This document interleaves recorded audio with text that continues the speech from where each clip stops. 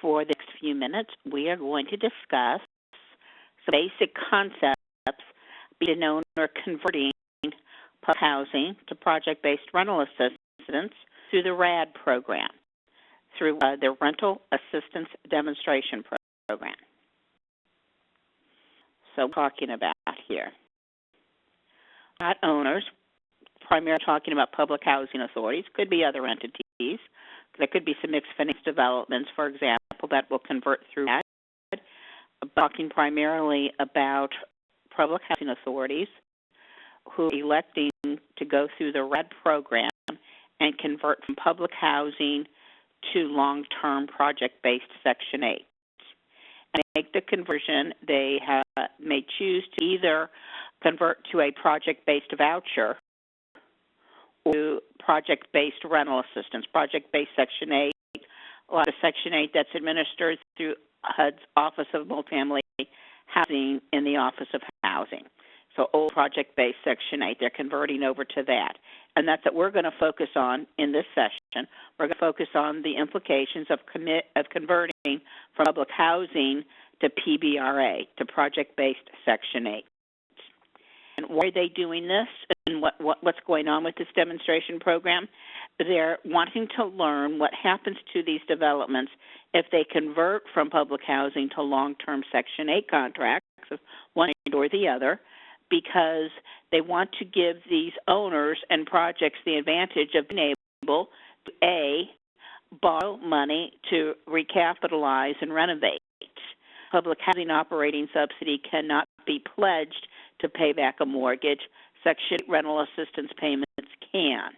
So once they convert over to project-based Section 8, owners have the ability to borrow money, like a private sector developer would, to borrow money to renovate a project. And we have, they're estimating that the unmet capital needs for the public housing portfolio in this country top $26 billion. So they have to find new ways of thinking about how to preserve these projects and extend their useful life going forward. This is one of the methods they're trying, letting them convert over to project-based Section 8, long-term project-based Section 8, so the rental assistance payments can be used to help secure a mortgage. Secondly, these projects can also benefit from low-income housing tax credits. They can either win an allocation of competitive 9% credits, or it can be financed through the tax-exempt bond program and get the 4% tax credits that owner can qualify for through the bond program. Either way, those credits can be syndicated and sold to investors who become part of the ownership of the project in order to benefit from those tax credits. So projects going through RAD conversions have the ability to both borrow money and attract equity to finance the renovation and preservation of this valuable, affordable housing. So if they convert not to a project-based voucher, that we'll talk about that another time. Here we're talking about the implications if they convert over to project-based rental assistance. In that case, their rental subsidy will no longer be monitored through Public and Indian Housing, through PIH. Because they are converting over to project-based Section 8, or what RAD refers to as PBRA, they will now be monitored through the Office of Housing and specifically through their multifamily programs. And their initial contract term will be for 20 years, so they'll have a 20-year HAP contract. Unless the owner is granted an exemption, and there are some ways for owners to get an exemption, their residents must be given their rights to what's called choice mobility, where they can elect to move from the project and get a rental voucher to go someplace else with their subsidy.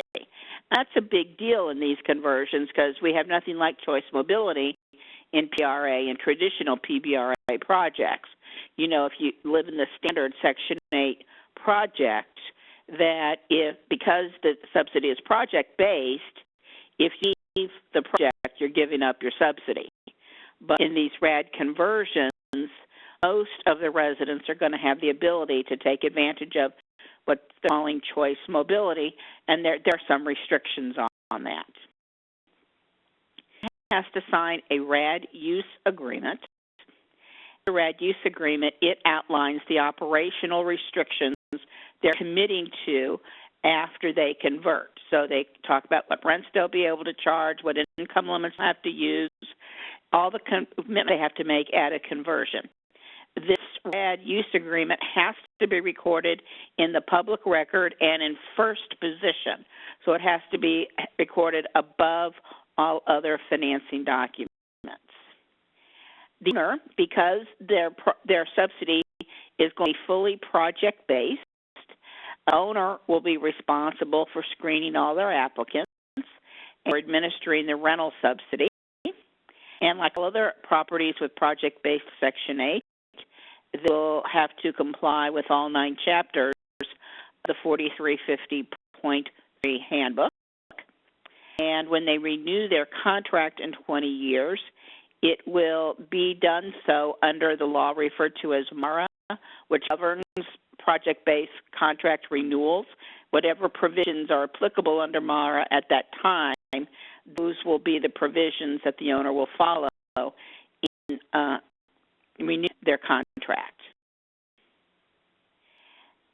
This serves different components of the project-based Section 8 program. If you look at Chapter 1 of the 4350.3 handbook, there's Section 8 new construction, Section 8 substantial rehab, Section 8 loan management set aside, Section 8 property disposition set aside.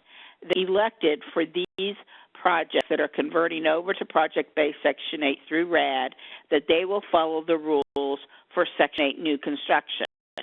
And in most cases, there won't be new construction, but that's just what they're going to be calling it.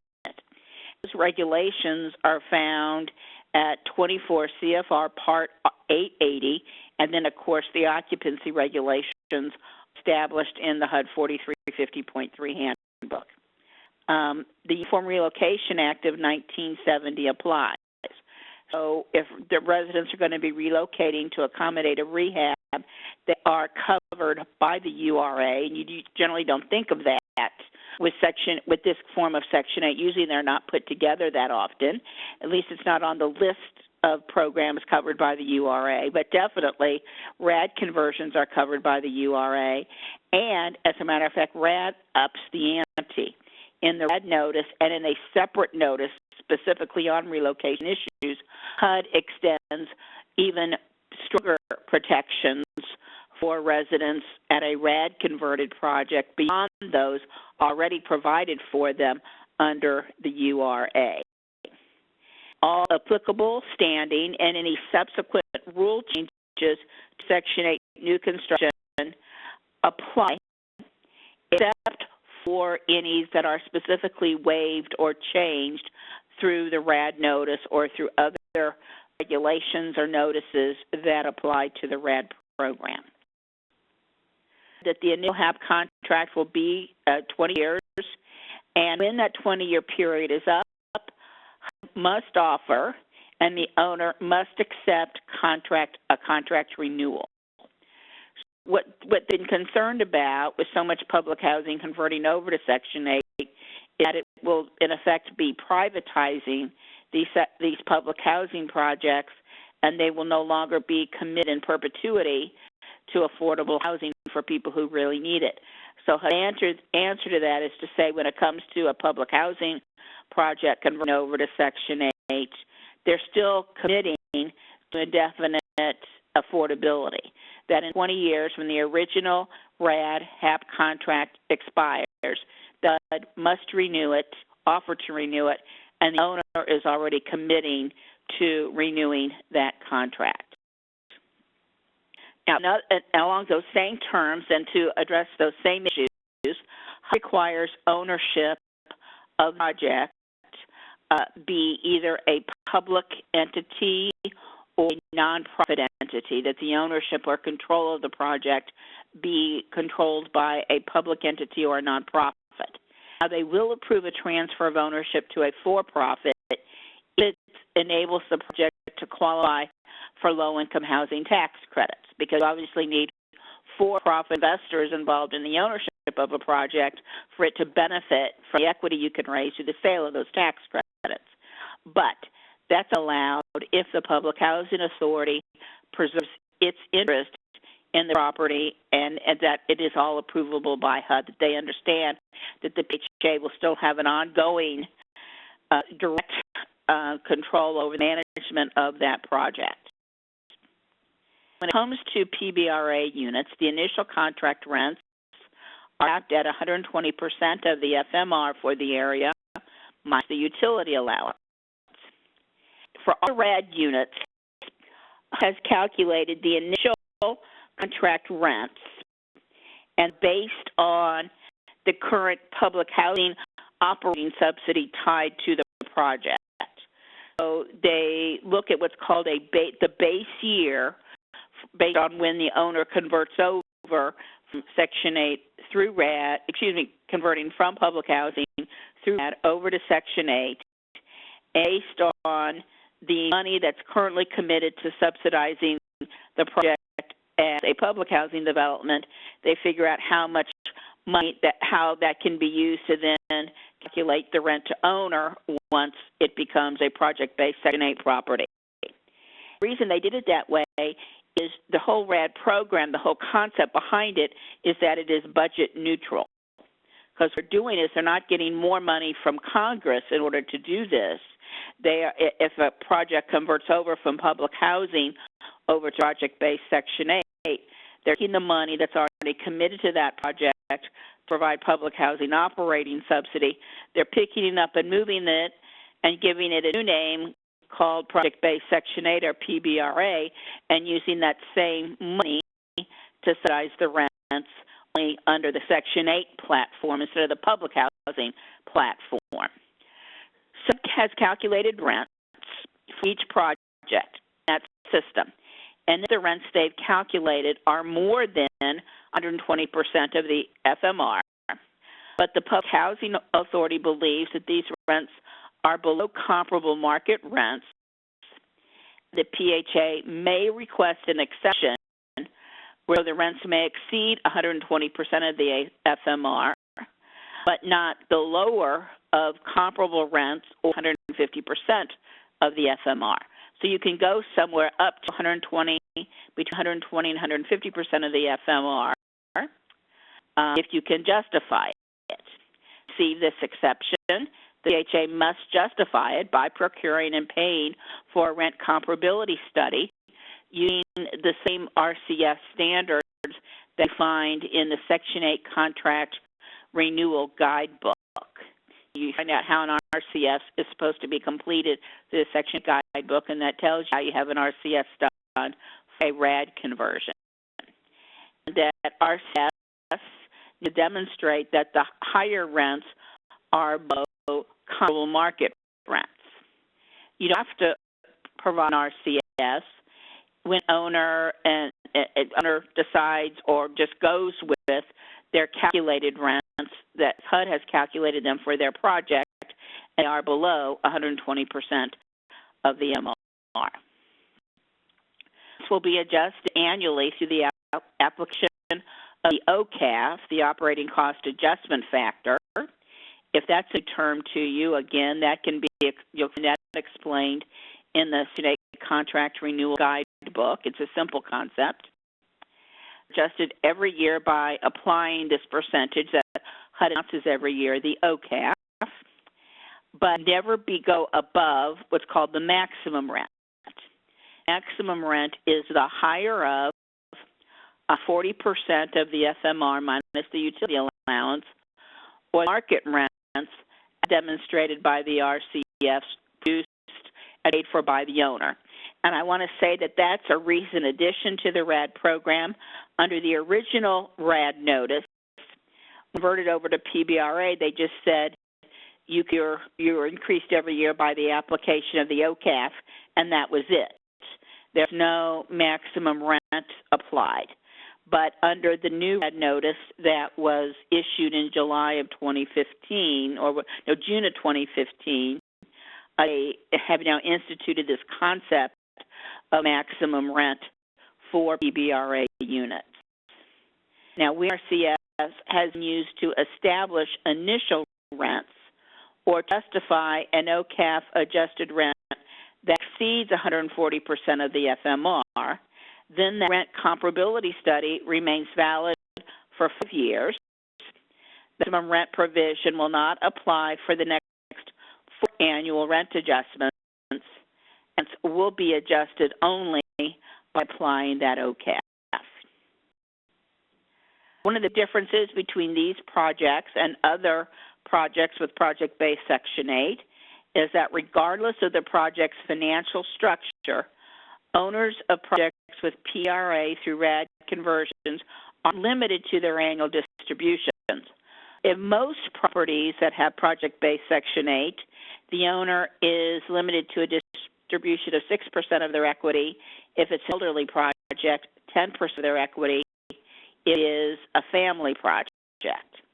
But when convert through RAD, there is no limit on the distribution owner can take. Remember, the distribution can only be taken, however, if surplus cash is available and documented through a project's audited financial statements. So after the CPA does end-of-year audit, if they find there is true surplus cash, that is the distribution that's allowable to the owners. And unlike most nonprofit projects, a lot of nonprofit projects have been allowed no distributions over the years. If they pay a 2028, be owned by a nonprofit, in excess cash, they were required to deposit in a residual receipts account with no distribution allowed. But at these projects, owners are not required to deposit any of their surplus cash into a residual receipts account. Residents are really protected when these RAD conversions. PHA may not rescreen existing residents upon conversion, and the public housing tenants are grandfathered in to the PBRA program into project-based Section 8, even if they really wouldn't qualify based on their current household income and composition.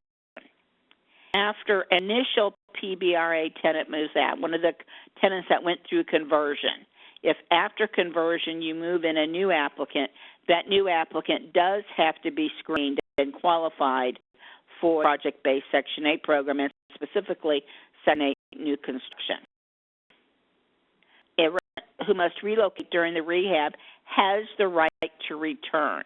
There is no such thing as an involuntarily displaced tenant in the RAD program. Now, some PHAs are electing, as they go through conversion, to move their assistants to a different project because their old project really is not viable anymore. There's no reason to put any more money into it. It needs to be torn down. So what they do is they transfer this new Section 8 contract to a different project. And residents who do that project have the right to live at the newly assisted site.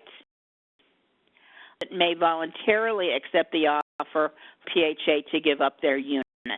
If a RAD project is planned so that a tenant will be permanently displaced, they have to agree to it. And if don't agree to it, then the owner is responsible for redoing their plans to ensure the tenant is not involuntarily displaced.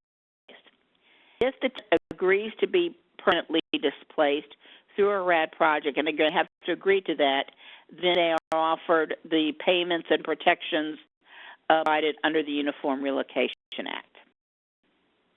If due to a conversion, a resident's rent increases by more than the greater of 10% or $25, their increase must be phased in over a 3-year or 5-year period. And the Public Housing Authority has to develop a policy that governs who's going to get 3 years, who's going to get 5 years to absorb their rent increase. PA must ensure that residents who are already participating in FSS program, the Family Self-Sufficiency Program, at conversion, continue to have the same rights to participate after they convert over to PBRA. And there's a lot of details involved in that, and you want to make sure you review the RAD notice for those details. But would you face the income disregard? In the public housing program, when a resident goes back to work, they can benefit from the earned income disregard, which can allow them to have their newly earned income forgiven for an entire year and 50% of it forgiven for a second year. That is not normally part of the project-based Section 8 program. But tenants who are already receiving the EID at conversion have the right to finish out their EID and all the benefits under their EID after conversion. So if an EID resident has a break in employment, is to use their EID exclusion or it expires, then no more EID provided them in the future. And any rent increases that they will experience because their EID period comes to an end, that does not have to be phased in through a 3 or 5 year period. It can be, just applied normally like it would have while they were public housing residents. If a project under public housing has a site-specific waiting list at conversion, it must be utilized post-conversion unless the assistance is being transferred to a different neighborhood. But there is no site-specific list. The Housing Authority has to establish one and to notify everyone on their central waiting list, with anyone electing to join that site-specific waiting list, that they would get placed on that new site list based on their original date of application at the PHA. Now, the initial waiting list is established per the RAD notice, so the existing residents, the existing applicants are protected based on when they were placed on the centralized waiting list for the PHA. That going forward, then the owner is responsible for administering the waiting list per all the rules required for Section 8 waiting lists that would find in Chapter 4 of the 4350.3 handbook. In the standard PBRA program, we said projects are divided between pre- and post-1981 projects. If owners are in the pre-1981 universe, meaning their HAP contract was effective prior to 10/181, they used 80% of the AMI. If they're typically in post-81 universe, meaning their HAP contract was originally effective on after 10/181, then they used 50% of the AMI to qualify applicants. But because the public housing program's income limit is 80% of the AMI, when a public housing development converts over to PRA through RAD, the income limit used to determine future eligibility for PBRA at that project is 80% of the AMI. Give us a lot more low-income versus very low-income project-based Section 8 properties. In the public housing program, there is no student rule, but there is in the Section 8 program. Now, again, existing residents who are there at conversion, it'll comply under the Section 8 student rule. That doesn't matter. They are grandfathered in. But a new applicant that's approved for a unit who wasn't living there at conversion, they will have to qualify under the Section 8 student rule, which says that the owner must consider the income of a student's parents to determine the eligibility of any student who is under 24 years old unless the student is married, and or ward of the court. What I need to know here, or unless they are a graduate or professional student, or they have one or more dependents. And this rule applies to both full-time and part-time students who are enrolled in an institution of higher education. So it's not just full-time students like we focus on, say, in the low-income housing tax credit program. Now, the student rule does not apply to students who are living with their parents or guardians or to persons with disabilities who were living in assisted housing on 11/30/2005. That's the date that the student rule was signed into law, and folks with disabilities were grandfathered in. Now, a student who is under 24 years of age can become exempt from the Section 8 student rule by demonstrating their independence from their parents And how they would go about doing that is described for you in Chapter 3 of the 4350.3 handbook. Let me know if you have any questions about these RAD projects converting from public housing to PBRA that I can help you with. Also, about half of these projects, last I heard, are utilizing low-income housing tax credits. So they're converting from public housing over to PBRA and taking on tax credits.